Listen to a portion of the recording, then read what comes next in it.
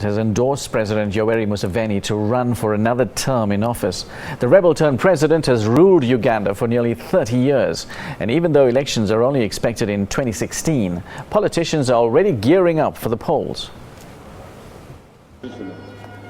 Museveni's endorsement comes as no surprise.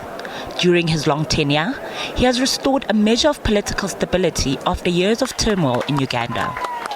Uganda's economy has shown strong and consistent growth throughout the years. And when thanking his supporters, Museveni again reminded them of his role in the country's liberation. On the same day like today, first, I was going to Mwalimu Nyeri's office to prepare for the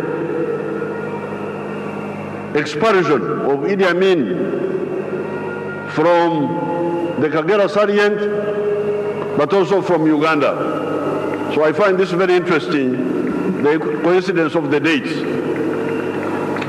And I'm glad you have joined me again to push Uganda forward like we have done in the past. Apoyo Matek. While accusations of wanting to stay in power indefinitely plague Museveni's endorsement for another term, critics also accuse him of failing to root out corruption, but believe that any political transition in Uganda needs to be headed up by the statesman.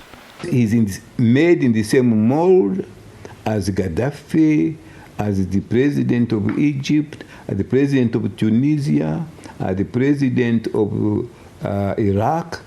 These are the same mold who wanted to stay in power forever.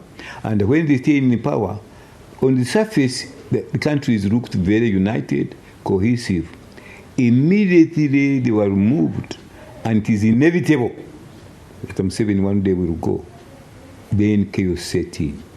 So some of us who are arguing now is to say, let there be peaceful change by electoral process, so that Museveni is still around when another group of leaders or even among his own NRM takes over. There is a peaceful handover, and we shall avoid the chaos. Museveni, unlike some of his other African counterparts, will not be limited by term limits.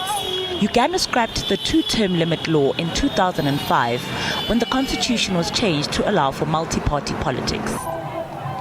Long-time opposition leaders Kiza Besigye and Amam Babazi are expected to be Museveni's biggest challengers.